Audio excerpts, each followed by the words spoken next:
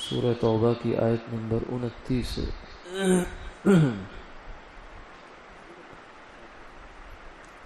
اعوذ باللہ من الشیطان الرجیم بسم اللہ الرحمن الرحیم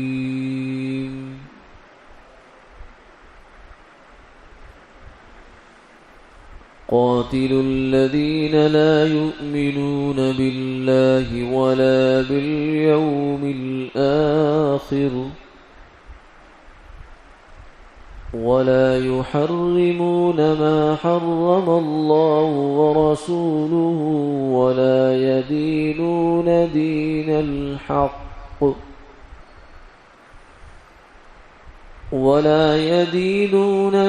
الحق من الذين أوتوا الكتاب حتى يعطوا الجزية عن يد وهم صاغرون وقالت اليهود عزير ابن الله وقالت النصارى المسيح ابن الله ذلك قولهم بأفواههم يضاهئون قول الذين كفروا من قبل قاتلهم الله أنى يؤفكون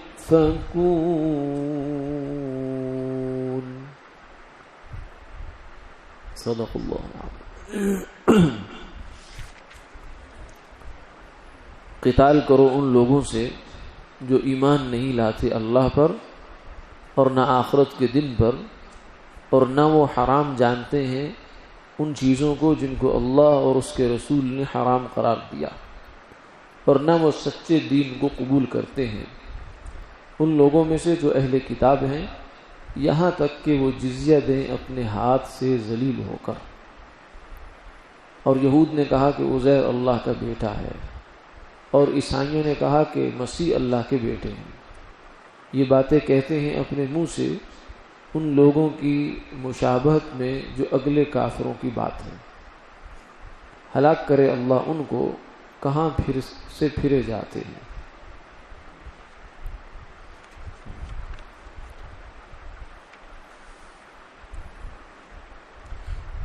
پہلی آیت مبارکہ اسلام کے ایک اہم حکم جہاد کے بیان پر مشتمل ہے.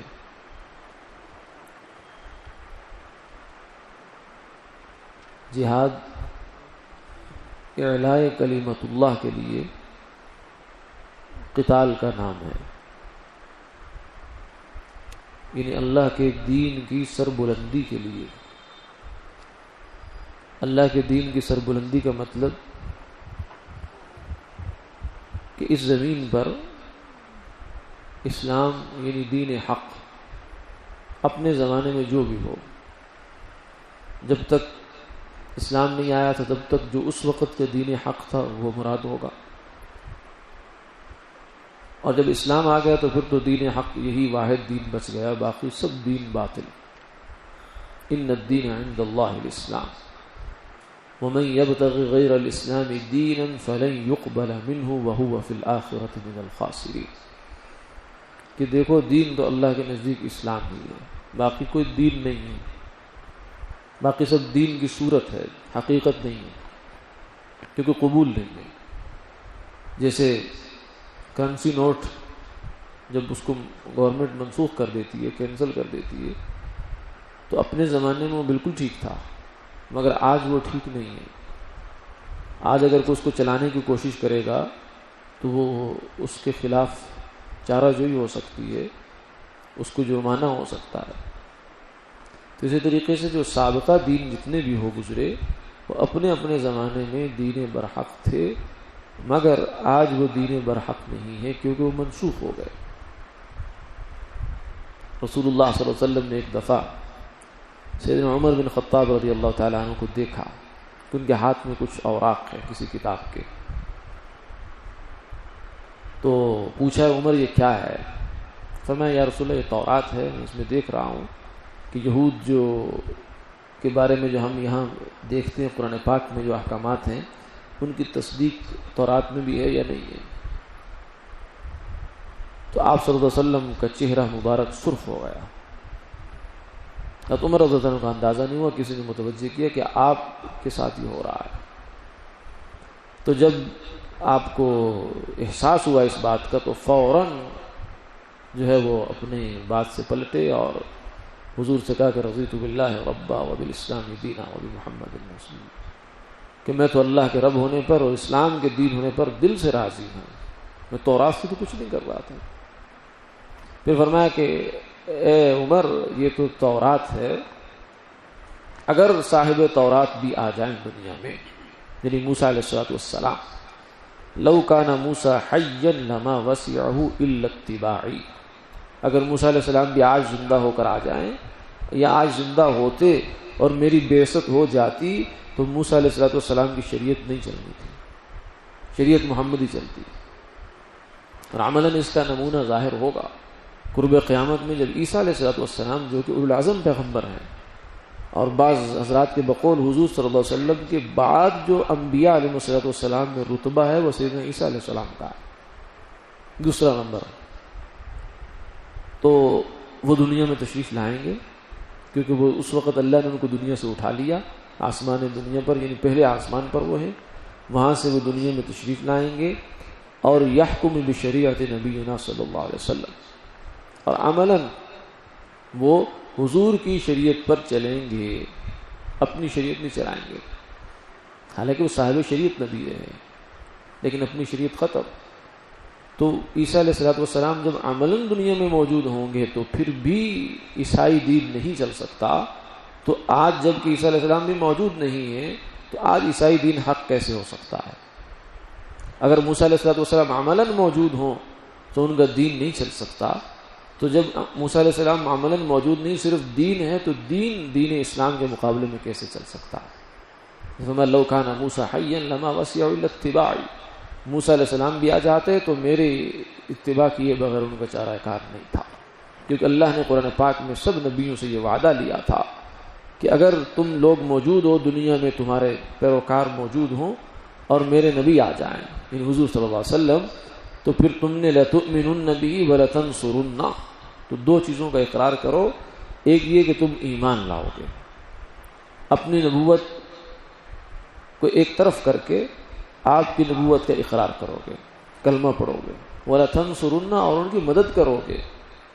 تو سب نبیوں نے وعدہ کیا، اور یہ جو وعدہ ہے یہ عملاً صرف عیسیٰ علیہ السلام کے ساتھ جو ہے اللہ نے بطور نمونے اور مثال کے یہ ہمیں دکھایا اور دکھائیں گے، ورنہ باقی انبیاء علیہ السلام کے ساتھ ایسا نہیں ہوا.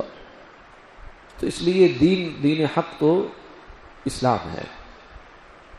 اور اللہ رب العزت کی انسان سارے مخلوق ہیں، اس کی زمین پر جیتے ہیں، اس کی ہوا استعمال کرتے ہیں، اس کے سورج سے روشنی پاتے ہیں، اس کی نعمتیں صبح و شام استعمال کرتے ہیں، کھاتے ہیں، پیتے ہیں. تو اللہ کا شکر ان کے ذمہ لازم ہے. یہ نہیں ہے کہ انسان اس دنیا میں آزاد ہے، کہ جیسے بہت سے غیر مسلموں کا اور دہریہ لوگوں کا خیال ہے کہ انسان وہی خیال جو کسی زمانے میں مشرکین مکہ کا تھا یا اس سے پہلے لوگوں کا تھا، افحسبتم انما خلقناکم عبثا، ہم بیکار تمہیں پیدا کیا ہے. نہیں، ایسی بات نہیں ہے. ایحسب الانسان ان یترک سدی، کیا انسان یہ اس بات کو گمان رکھتا ہے کہ اس کو بیکار محمل چھوڑ دیا جائے گا؟ نہیں، ایسا نہیں ہے. انسان اس دنیا میں اللہ نے اس کو پیدا کیا ہے اور یہاں بھیجا ہے کچھ کرنے کے لیے، اور وہ کرنا کیا ہے؟ وما خلقت الجن والانس الا لیعبدون، جن و انس کو میں نے اس لیے پیدا کیا تاکہ وہ میری عبادت کریں، مجھے پہچانیں اور پھر اس پہچان کا حق ادا کریں، میری معرفت حاصل کریں اور پھر اس معرفت کا حق یعنی عبادت کی صورت میں اس کو ادا کریں. تو اللہ وحدہ لا شریک کی عبادت کرنا، اللہ کو پہچاننا، یعنی دین حق کو پہچاننا اور اس پر عمل کرنا، یہ ہے ہماری تخلیق کا مقصد. تو یہ ہر انسان اس کا مکلف ہے. یا ایھا الناس اعبدوا ربکم الذی خلقکم والذین من قبلکم لعلکم تتقون. اے لوگو، چاہے وہ افریقہ کا ہے یا امریکہ کا ہے یا یورپ کا ہے یا ایشیا کا رہنے والا ہے، چاہے امیر ہے یا غریب ہے، ان پڑھ ہے یا پڑھا لکھا ہے، دیہاتی ہے یا شہری ہے، سب اس میں شامل ہیں. سب کے لیے فرمایا کہ اے لوگو اللہ کی عبادت کرو، تمہارے اوپر یہ لازم ہے. تو انسان اس دنیا میں اللہ کو راضی کرنے آیا ہے، اللہ کو پہچاننے آیا ہے، اللہ کی عبادت کرنے آیا ہے. اور اللہ کی عبادت اسی طریقے سے ہوگی جو حق طریقہ ہوگا، جو انسان اپنے پاس سے بنا لے، شیطان کی تلقین سے بنا لے، یا جس طریقے کو اللہ نے ختم کر دیا، منسوخ کر دیا، اس طریقے کو اپنا لے عبادت کے لیے، تو وہ معتبر نہیں ہے، اللہ کے یہاں قبول نہیں ہے. تو اللہ تعالیٰ نے انبیاء علیہ السلام کو بھیجا. انبیاء علیہ السلام مختلف قسم کے انبیاء تھے، جن میں سے کچھ جو ہیں وہ رسول بھی تھے، اور رسول وہ ہوتے ہیں جن کو اللہ تعالیٰ اپنے کسی خاص ہدف کو پورا کرنے کے لیے دنیا میں بھیجا کرتے ہیں، اپنے دین کو غالب کرنے کے لیے، اپنی شریعت کو غالب کرنے کے لیے. جیسے موسیٰ علیہ السلام بھی تھے، عیسیٰ علیہ السلام تھے، اور حضور صلی اللہ علیہ وسلم ہیں. تو ان کا بعثت کا مقصد یہ ہوتا ہے کہ لوگوں تک دین حق کا پیغام پہنچے، اور جو لوگ اس دین حق کے پیغام میں رکاوٹ بن رہے ہیں، اس رکاوٹ کو بزور بازو ختم کر دیا جائے، تاکہ ہر انسان اللہ تک پہنچنے والا بن جائے. یعنی جہاد جو ہے یہ بزور بازو سے رکاوٹ کو ختم کرنا، یہ جہاد ہے. تو جہاد کا مقصد یہ ہے کہ ہر انسان تک ہدایت پہنچ جائے. لیکن جہاد کا مطلب لوگوں کو زبردستی بزور شمشیر مسلمان کرنا نہیں ہے. اس لیے کبھی بھی تاریخ اسلام میں ایسا نہیں ہوا کہ لوگوں کو پکڑ پکڑ کر تلوار کی نوک پر مسلمان کیا گیا ہو. ہاں لیکن یہ ضرور ہے کہ کافروں کو اور کافروں کی جو شوکت ہے، ان کا دبدبہ ہے، رعب ہے، ان کی طاقت جو ہے، اس کو توڑا گیا ہے. تو یہ جہاد کا مقصد ہے. تو اس لحاظ سے اسلام نے دنیا کے لوگوں کو دو حصوں میں تقسیم کر دیا. ایک لوگ وہ تھے جو جزیرۃ العرب کے رہنے والے ہیں، مکہ مکرمہ، مدینہ منورہ اور آس پاس کا علاقہ. تو اس خطے کو چونکہ اسلام کا مرکز بنانا تھا، اس لیے یہاں فرمایا لا یجتمع دینان فی جزیرۃ العرب، کہ یہاں رہنے والا کوئی آدمی غیر مسلم نہیں ہو سکتا، یہاں تو مسلمان ہی رہیں گے. اس لیے جو عرب لوگ تھے ان کے لیے اسلام کے دو ہی آپشن تھے. ایک یہ تھا کہ اما الاسلام و اما السیف، یا تو مسلمان ہو جاؤ یا پھر تلوار کا سامنا کرنے کے لیے تیار ہو جاؤ، یعنی لڑائی کے لیے آ جاؤ. جو غالب ہوگا وہی اس دھرتی پر رہنے کا حق رکھتا ہے. تو ان کے ساتھ تو یہ ہوا. لیکن جو باقی دنیا کے جتنے کفار تھے اس زمانے میں بھی اور آج بھی، ان کے لیے یہ حکم تھوڑا نرم ہے. وہ یہ ہے کہ ان کے سامنے تین آپشن ہوتے ہیں. سب سے پہلا آپشن یہ ہوگا ان کے سامنے، جیسے صحابہ کرام گئے روم، فارس، ایران کی سلطنت اور ادھر رومیوں کی سلطنت، ان کے پاس گئے اور جا کر کہا کہ دیکھو حضور نے ان کو تعلیمات دی تھی کہ ان کے سامنے سب سے پہلی بات یہ رکھنا کہ مسلمان ہو جاؤ، ہم تم سے کچھ نہیں مانگتے، ہم صرف اس لیے آئیں گے تو مسلمان ہو جاؤ، جیسے ہمیں اللہ نے ہدایت دی ہے تم بھی اس ہدایت پر آ جاؤ، جو ہمیں حقوق ملے وہ تمہیں مل جائیں گے، جو ہمارے اوپر ذمہ داری تمہارے اوپر ہو جائیں گی، تمہارا ملک، تمہارا مال، تمہاری زمین، تمہاری جائیداد، سب کچھ تمہیں مبارک، ہمیں اس سے غرض نہیں ہے، ہمیں نہیں چاہیے، تم مسلمان ہو جاؤ. سب سے پہلی بات ان کے سامنے یہ رکھی جاتی تھی. اور اگر تمہیں اسلام پر کوئی اشکال ہے، سمجھنا چاہتے ہو، پریشانی ہے، تو ہم حاضر ہیں، کوئی مسئلہ ہے تو بتاؤ. اپنے دین کے بارے میں تم ہم سے رائے لینا چاہتے، تمہارا دین تو غلط ہے، ایکسپائر ہو چکا ہے، اب اس پہ تم تکیہ نہ کر کے بیٹھو، ہدایت کی طرف آ جاؤ. سب سے پہلا قدم یہ ہوتا تھا. اچھا اگر یہ نہیں کرتے تو پھر دوسرا قدم یہ ہے کہ جزیہ دے کر ہمارے ماتحت ہو جاؤ. یعنی کوئی خاص ایک رقم، جتنی رقم جو ہے وہ اگر تو آپس میں صلح کے طور پر طے ہو جائے جزیہ، تو پھر تو اس کی رقم جتنی بھی ہو جائے. لیکن اگر صلح نہ ہو اور ویسے طے ہو تو پھر اس کی ایک تفصیل ہے، وہ ایک معمولی سی رقم بنتی ہے. زیادہ بڑے مالدار سے سالانہ تقریباً 36 درہم بنتے، یعنی یہ تقریباً 9 تولہ چاندی بنتی ہے، وہ تو بہت معمولی ہے. اور اس سے کم مالدار ہے اس سے اس کا نصف ہے، اور اس سے کم ہے تو اس کا بھی پھر نصف ہے، 1 روبو، 1 دینار، 1 درہم جو ہے، 1 درہم چاندی کا، تو وہ ماہانہ اس سے لیا جاتا تھا. تو جزیے کی مقدار ہے. اور اس میں پھر یہ ہوگا کہ تم ماتحت ہو کر رہو گے اور جو حکومت اور اختیار اور اقتدار اور غلبہ جو ہے وہ اسلام کو ہوگا. پھر اس کے لیے تیار ہو جائے. اگر وہ اس بات کو بھی نہیں مانتے تھے تو پھر تیسرا ان کے سامنے ہوتا تھا کہ اب آ جاؤ میدان میں. یہ نہیں ہو سکتا کہ ہم واپس چلے جائیں اور ہم کہیں کہ جی ٹھیک ہے تم اپنے ملک میں خوش رہو راضی رہو، یا ہم اپنے ملک میں خوش نہیں راضی نہیں. یہ نہیں ہو سکتا. اور نہ ہی ایک تیسرا آپشن ہو سکتا تھا جو اس وقت تو نہیں تھا لیکن آج اس کا تصور ہو سکتا ہے. وہ یہ ہے کہ کافر یہ کہہ دیں کہ ہم دیکھو مسلمان ہونے والے نہیں ہیں، نہ ہم نے جزیہ دینا ہے، آپ ایسا کرو آپ اپنے مبلغ اپنے داعی ہمارے ملک میں بھیجو، جس نے مسلمان ہونا ہو جائے گا، ہمیں اعتراض کوئی نہیں اس سے. تو یہ بات بھی قبول نہیں ہوگی. کیوں؟ اس لیے کہ جب حکومت کافروں کی ہو، نظام کافروں کا ہو اور غالب وہ ہوں اور طاقت شوکت قوت سب ان کی ہو، تو اس موقع پر چند لوگوں کی یا ایک محدود سطح پر عوامی سطح پر دعوت جو ہے اس کا کوئی اثر نہیں ہوتا. تو اس لیے جب تک کافر طاقت میں ہے شوکت میں ہے کسی ملک کے اندر، اس وقت تک مسلمان اس کو چھوڑ نہیں سکتے ان کو. تو یہ جہاد کی ایک ترتیب ہے اور اسی ترتیب کو ان آیات کے اندر سمجھایا گیا. قاتلوا الذین لا یؤمنون باللہ. یہ جزیرۃ العرب والوں کے بارے میں تو پیچھے بات ہو گئی. یا ایھا الذین آمنوا انما المشرکون نجس فلا یقربوا المسجد الحرام بعد عامهم ھذا، کہ اب مسجد حرام یعنی حرم کا علاقہ اور جزیرۃ العرب کا علاقہ، اس کے اندر تو اب مشرکوں کے رہنے کا کوئی تک نہیں بنتا. ان کا مسئلہ تو ادھر حل ہو گیا. اب رہ گئے باقی لوگ، روم فارس والے، پوری دنیا پر جتنے بھی کافر ہیں. اگرچہ یہاں تذکرہ صرف اہل کتاب کا ہے، تو اہل کتاب سے سمجھ میں آ جاتا ہے کہ اہل کتاب یعنی جو آسمانی کتاب رکھتے تھے، جب ان کو اپنے مذہب پر عمل کرنے کی اور غلبے کے ساتھ رہنے کی اجازت نہیں ہے، تو جو غیر اہل کتاب ہیں یعنی ہندو، مجوسی، بدھ یا اور اس طرح کے مذاہب ہیں، تو ان کو کیسے گنجائش ہوگی؟ تو ان کو بھی گنجائش نہیں ہے. سب کا حکم ایک ہی ہے کہ ان کے لیے بھی 3 آپشن ہیں، ان میں سے جو آپشن اختیار کریں گے ٹھیک ہے، ورنہ پھر آخری فیصلہ تلوار. اس میں پھر تلوار میں بھی یہ نہیں ہے کہ سب کو پکڑ کے مسلمان کیا جاتا ہے، بلکہ پھر اختیار ہوتا ہے، آگے اس کی تفصیل ہے. بہرحال یہاں فرما دیا کہ ان لوگوں سے لڑو جو اللہ پر اور آخرت کے دن پر ایمان نہیں رکھتے اور اللہ کے دیے ہوئے طریقے پر زندگی نہیں گزارتے اور دین حق یعنی اسلام کو قبول نہیں کرتے. یہ ان کو دنیا میں چھوڑنے کی اجازت نہیں ہے یہاں تک کہ یعط الجزیۃ عن ید وہم صاغرون، تاکہ یہ جزیہ دے کر رہ لیں. اب یہ جو جزیہ لیا جاتا تھا ان سے اور ان کو اسلامی معاشرے میں رکھا جاتا تھا، وہ بھی بالآخر ان کو مسلمان کرنے کے لیے ہوتا تھا.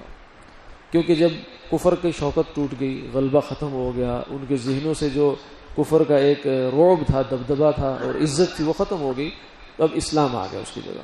تو ایک تو نفسیاتی طور پر ہی وہ راغب ہو جائیں گے اسلام کی طرف. دوسرا یہ ہوگا کہ مسلمانوں کو عملاً و قریب سے دیکھیں گے، اسلام کو دیکھیں گے، سمجھیں گے. اس کے مختلف علماء جو ہیں وہ لوگوں کے اشکالات ختم کریں گے، ذہنی طور پہ ان کو اسلام سے مطمئن کریں گے. اور اس طریقے سے جو صلحاء ہیں، صوفیاء ہیں، وہ اپنی عمل کی زندگی سے، اپنے کردار سے لوگوں کو متاثر کریں گے.